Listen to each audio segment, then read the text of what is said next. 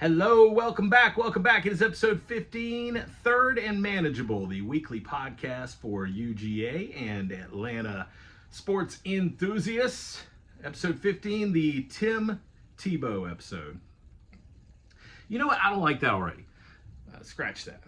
I still have PTSD as a Georgia football fan of watching that guy play in college, watching him annihilate my team at times. And no matter what a fine, upstanding, generous citizen Tim Tebow may have turned into over the years, I still don't like him.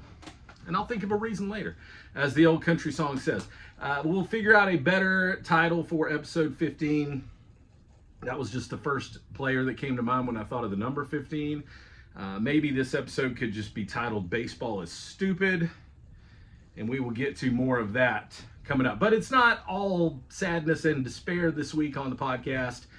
We will also talk some football, which always makes everyone happy, as we are officially into, as Steve Spurrier would say, talking season.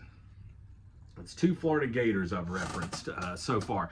There will be no more. There will not be a third man on this episode. So thank you for joining us. Again, Third and Manageable is available wherever you find your podcasts.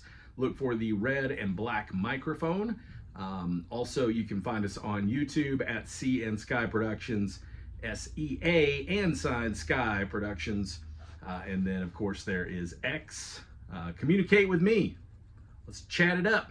At Walker Country on X, at Walker Power 10 on Instagram, and under my alias Jerry Arnold on, as Grant Random would say, the cesspool known as Facebook.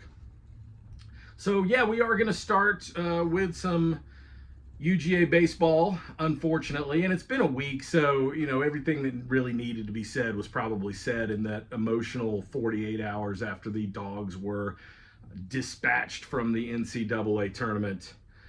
Just a devastating, awful, terrible, horrid end to the Diamond Dawgs season as Oklahoma State walks Georgia off in their own building in an elimination game.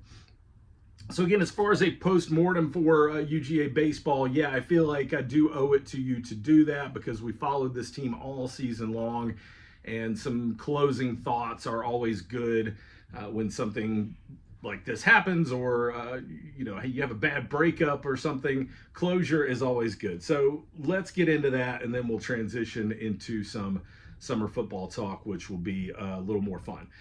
In case you did not watch the regional last weekend, missed all of it entirely, I can recap it for you real quick.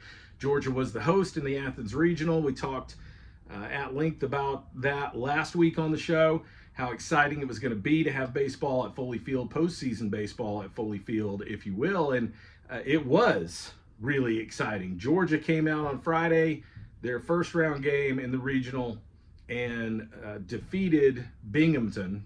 I almost called them Quinnipiac for some reason. Defeated Binghamton 20-4. So you're thinking, all right, here we go. Nobody's going to stop this team from scoring at Foley Field. They are going to hit a lot of home runs. They're going to score a lot of runs at home. And this regional is ours, baby. We're already one step there. Then on Saturday night, even though I did make the chicken dip, Georgia falls to Duke. And Georgia got an early lead in that game, a solo home run early in the game, and was up 1-0. But then it became quickly 3-1 Duke, 4-1 Duke. And you never really felt like Georgia was in that.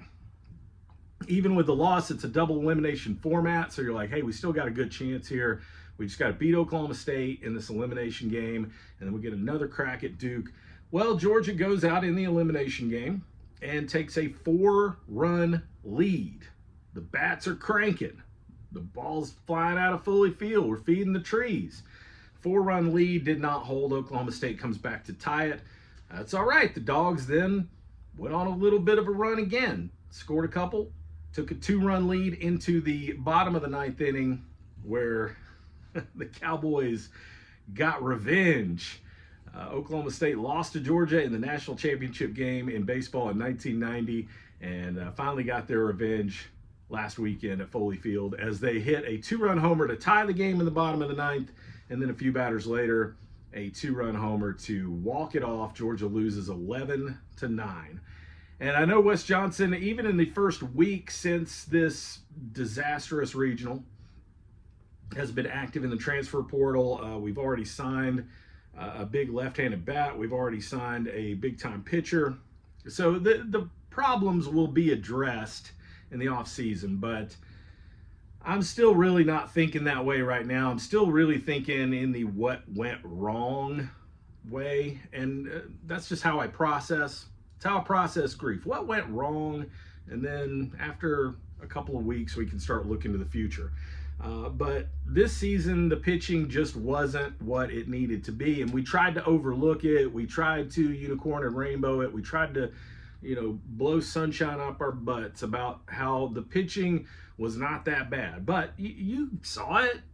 We talked about it a lot this year. Georgia's given up a lot of runs, and it didn't seem to matter because the Dogs were scoring so many runs. Georgia led the nation in home runs, and Georgia was beating teams 12-9 and 13-11. That obviously came to an end once you got to the postseason, which was a fear all along that the pitching just would not hold. And there were some gems throughout the season, don't get me wrong, and Curley becoming our ace starter was something you didn't see at the beginning of the season, but just too many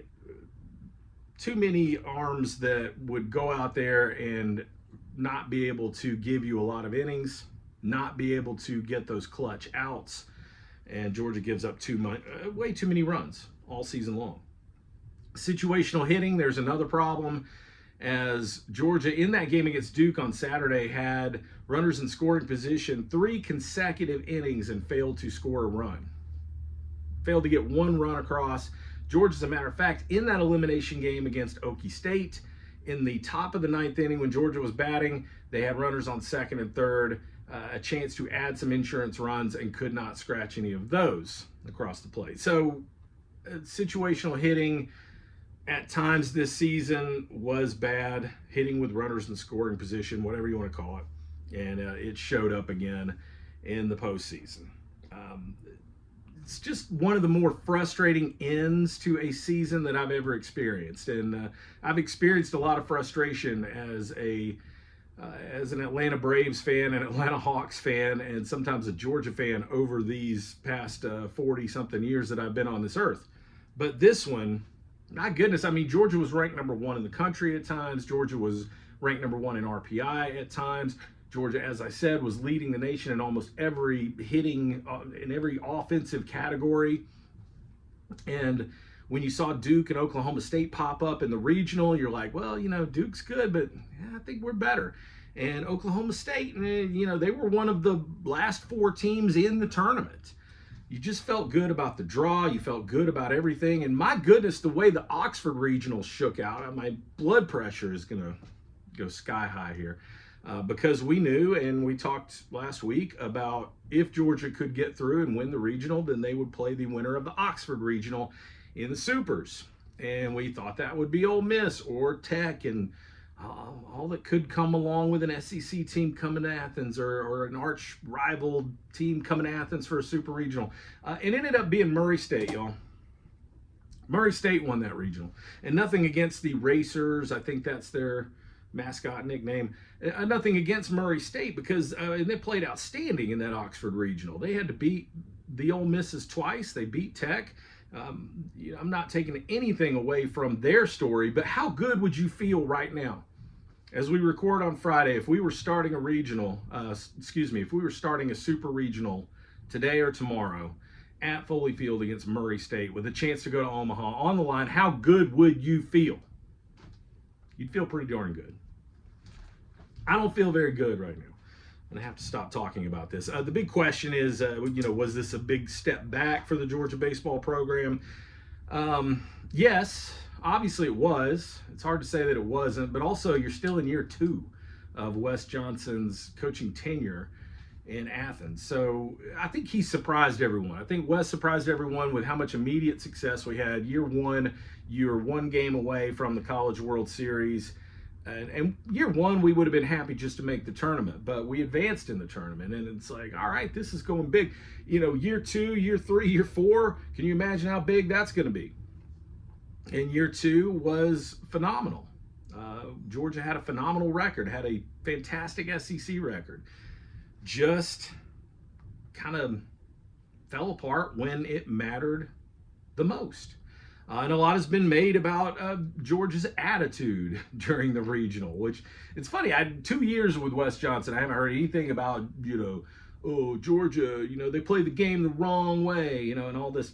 I hadn't heard anything about that for 2 years. And then all of a sudden, you get some games on ESPN and it's like, oh, well, they don't button up their shirt and, they flip their bats too much and they're cocky and they're this and they're that. And they need to learn how to play the game the right way. And look, Chipper Jones was one of the people that called us out. And I love Chipper Jones. I'm never going to say anything bad about Chipper Jones. And I don't agree with him here, but that's all right. We can disagree. That's what it's all about. I think Georgia, they play the game the way they play the game. And their manager, Wes Johnson, lets them go out and have fun and dress how they want and play the game how they want within reason. And I don't have a problem with that. And no one else had a problem with that until. So Georgia loses the regional and the season abruptly comes to an end. We will end the conversation about Georgia baseball right there and transition into Georgia football. And I tell you what it is. This is good. It's magazine season. I love this part of talking season when you go out and you purchase a crisp new college football preview magazine. And this one, the Athlon magazine, and obviously you're not going to get as much information from Athlon as you would from Phil Steele magazine, which hasn't come out yet, but this is a good start for us. They have the Georgia Dang Bulldogs ranked number 4 in the country. And I've seen Georgia ranked, anywhere between like 3 and 8 in some of these. I mean, if you're looking at a preseason poll that doesn't have Georgia in the top 10, you're probably looking at the wrong poll. Find something else to look at. But as far as the top 5 goes for Athlon, they have Clemson, Georgia, Ohio State, Penn State, Texas. Penn State's getting a lot of love this year because they got a lot of people back. Ohio State, obviously reigning champion. Texas is obviously going to be very good as well. What surprised me is Athlon here, they have Miami ranked number 10. And I don't remember Miami being that good last year. They had a pretty good team, but that was with Cam Ward, who ended up being the number 1 pick in the NFL draft. This year they got Carson Beck, who's real good, but it's got to be a downgrade at quarterback. Am I right? So Miami at 10, I don't know about that. They've got Florida. They have the Florida Gators, ranked number 11. And then South Carolina at number 12. And as much as I agree that South Carolina kind of got hosed last year at the end of the season by not being in the playoff, I'm not sure if they're the 12th best team in the country going into the season. And I'm certainly not sure that Florida is the 11th best team going into the season. They do have Georgia projected to go all the way to the national semifinal before losing to Penn State in this year's college football playoff. And they seem to like Georgia's defense a lot. I like to look at these unit rankings. So this is national. This is not just SEC. Athlon says Georgia's the 4th best defensive line in the country. That's good news to me because I thought, hey, Georgia's got a defensive line and a front 7 this year that has a lot of potential, but they seem to think very highly. Linebackers, they rank Georgia number 2 in the country. And at defensive back with your secondary, they rank Georgia number 6. So Athlon at least really, really likes the Georgia defense. And I'm happy about that because your dad may have told you defense wins championships. They do not have Georgia ranked in the top 10 as far as quarterbacks. That's not surprising because Gunnar Stockton isn't getting that kind of buzz from the media yet. He will. I still believe Gunnar is very good. I still believe Gunner's the future. And I think he's going to have a really good season. At running back, Athlon has Georgia ranked number 6 in the country. That's obviously on the shoulders of Nate Frazier, who is expected to have a big breakout season. And Athlon has Georgia ranked number 8 as far as wide receivers. And I think Georgia could end up being a lot higher than that once we see what a couple of these transfers can do. The offensive line obviously is a big question mark, and Athlon does not have Georgia ranked in the top 10 as far as offensive line goes. You wouldn't expect him to, because Georgia's offensive line never really gelled all that well last year. And then they lost several faces off of that offensive line to the NFL draft. So you're starting over at a few positions with a unit that wasn't really as good as advertised last year. So question marks there on the offensive line. But I still think this could be a real strength for Georgia by the end of the season. So college football is, 2.5 months away, a little over 2 months away. I've already started looking at some of the start times. We're very excited about that week 0 matchup between Iowa State and Kansas State. Why would you be excited about that, Walker?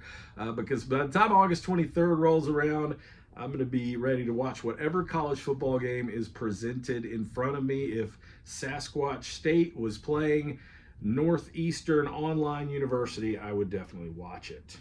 Any of it is better than watching the Braves. We'll spend the last few minutes here on a couple of the national sports, but starting with the Braves, couldn't hit anything until yesterday. Yesterday was Thursday, that abysmal game against the Snakes, the lousy, stinking Snakes, where the Braves were leading 10-4 going to the ninth inning. 10-4. They had won something like 700 and something games consecutively when leading by 6 runs or more going in the ninth inning. And they blow a 10-4 lead and lose 11-10 to Arizona.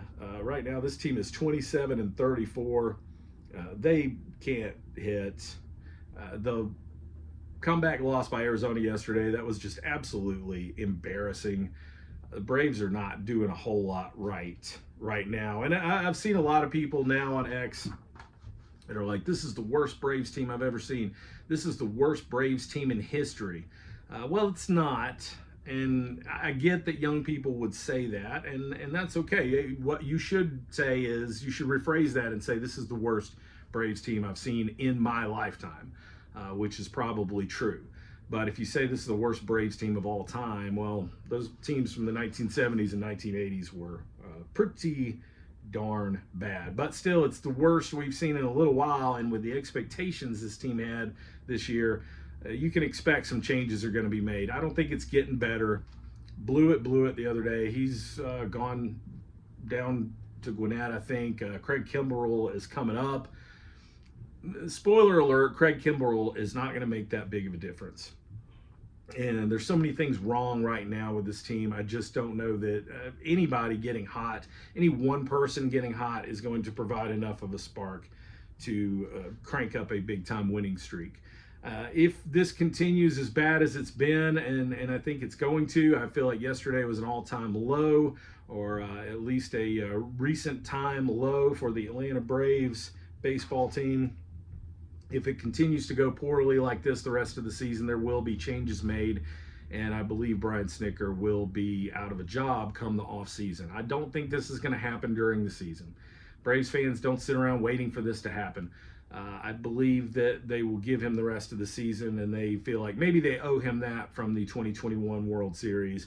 But I can't imagine anything this bad going unnoticed and Brian Snitker getting brought back for another year.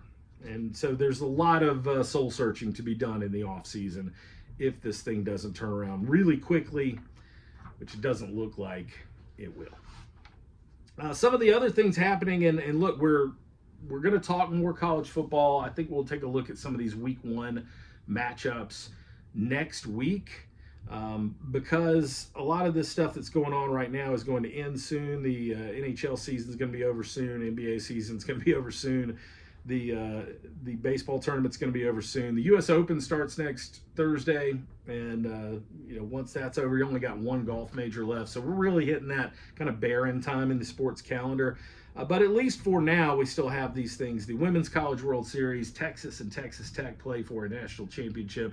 It's all down to one game in softball tonight as we record on Friday. That's fun. The NHL Finals, they had a really good game 1 between Edmonton and Florida that went to OT.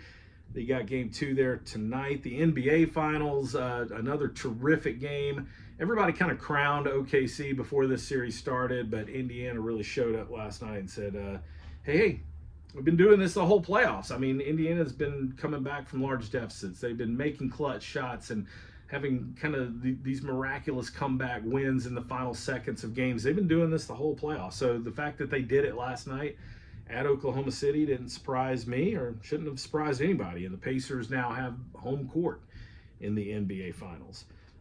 The college baseball tournament, super regionals, it's hard for me to watch with the disappointment of Georgia's season ending last weekend, but keeping an eye on that, of course. And then the U.S. Open is just one of those great events of the calendar year because it always comes around on Father's Day. So dads, you get to sit around and watch some golf next weekend. Enjoy it. We will leave it there as we get ready for the barren season. As I said, we'll get ready for that kind of slow time of the sports calendar. But if you think about it this way, there's an NFL preseason game right at the end of July. I think July 31st is the Hall of Fame game this year. So there is football next month. That doesn't make it seem so bad, does it? The record this week, we got David Bowie behind me, the Spiders from Mars and Ziggy Stardust and all that. I'm a huge Bowie fan. I love anything David Bowie ever did. But this album, I believe to be his finest work when you're talking about songs like 5 Years and Starman and the song Ziggy Stardust itself. It's just a masterpiece. And anytime you do a list of the best albums of all time, this Bowie album ends up on that list. So I'm going to give that a listen. And if you haven't checked out David Bowie in a while, the man has like 100 great songs. So go listen to some of them this weekend. You'll be glad you did. Third and Manageable is a Sea&Sky production. Thank you for being a part of it.